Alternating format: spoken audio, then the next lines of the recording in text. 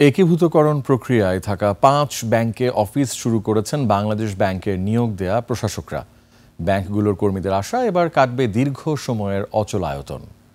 এদিকে এসব ব্যাংকের শেয়ারের দাম শূন্য ঘোষণা করায় গভর্নর ও অর্থ উপদেষ্টার পদত্যাগ দাবি করে ২৪ ঘন্টার আলটিমেটাম দিয়েছে পুঁজিবাজার বিনিয়োগকারী ঐক্য পরিষদ।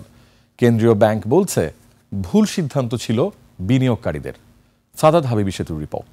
আপনার প্রিয় কাপড়ের যত্নে এলো এনজাইম সমৃদ্ধ Arik silver wash detergent powder ৫০০ গ্রাম মাত্র ৭০ টাকা। প্রিমার্ক। সপ্তাহের শেষ কর্মদিবসে স্ব ব্যাংকের দায়িত্বভার বুঝে নিয়েছেন আর্থিক খাতের নিয়ন্ত্রক বাংলাদেশ ব্যাংকে নিয়োগ করা ৫ প্রশাসক। প্রাথমিকভাবে ৪ ধরনের কাজ করবেন ২৫ জনের প্রশাসনিক টিম। ১.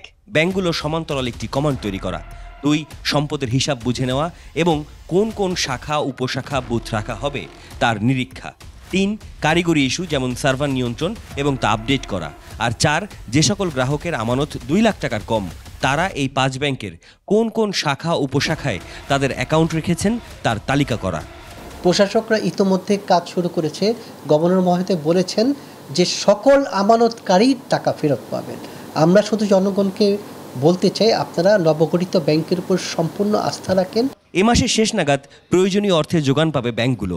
তাই একীভূতকরণের আনুষ্ঠানিক ঘোষণার পরও প্রথম দিনটিতে ব্যাংকগুলোর কার্যক্রম ছিল বিগত ১৪ মাসের মতোই।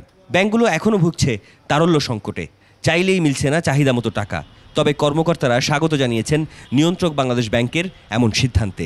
আমরা অপেক্ষা করতেছিলাম যে এই দিনটা কখন আসবে। বাংলাদেশ ব্যাংক যে উদ্যোগটা নিয়েছে এটা অত্যন্ত একটা সুদূর প্রসারী পদক্ষেপ, যুগান্তকারী পদক্ষেপ।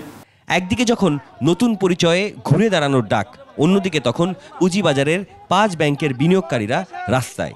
বিনিয়োগকারীদের আনুপাতিক হারে নতুন গঠন হতে যাওয়া সম্মিলিত ইসলামী ব্যাংকের শেয়ার বুঝিয়ে দেবার আবেদন বাংলাদেশ পুঁজিবাজার বিনিয়োগ ঐক্য পরিষদের।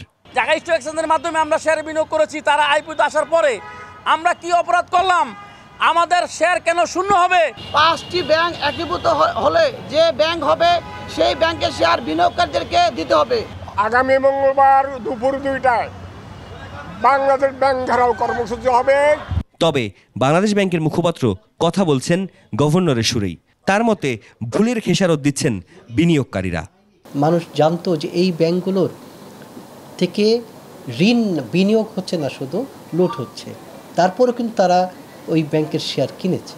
অতএব তারা ঝুঁকি নিয়েছে, সেই ঝুঁকির আসলে খেসারত তাদেরকে এখন দিতে হচ্ছে। একীভূতকরণের অংশ হিসেবে ফার্স্ট সিকিউরিটি ইসলামী ব্যাংক, এক্সিম, সোশ্যাল ইসলামী, ইউনিয়ন আর গ্লোবাল ইসলামী এই ৫ ব্যাংকের মোট ৫৮২ কোটি টাকার শেয়ার মূল্য শূন্য হয়ে গেছে। এর মধ্যে প্রায় ২২০ কোটি টাকা মূল্যের শেয়ার ছিল সাধারণ ক্ষুদ্র বিনিয়োগকারীদের। সাদাত হাবিবি সেতু, ২১ টেলিভিশন, ঢাকা।